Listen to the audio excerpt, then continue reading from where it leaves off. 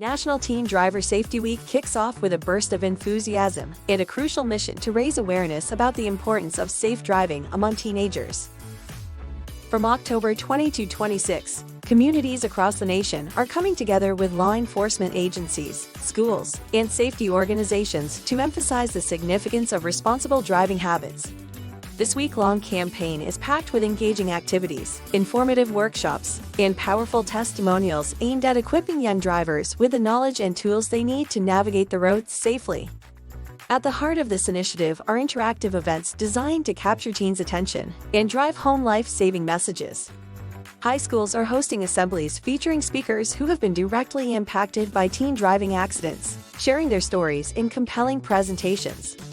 Simulated driving experiences bring lessons on distracted driving into vivid reality for participants, while social media challenges encourage teens to commit publicly to pledges against texting while driving or speeding. As National Teen Driver Safety Week continues its momentum, parents play an indispensable role by participating in open house sessions that offer tips on mentoring their teenage drivers effectively. Law enforcement officers are stepping up patrols around school zones and hosting Q&A forums where students can ask questions about traffic laws and safe practices.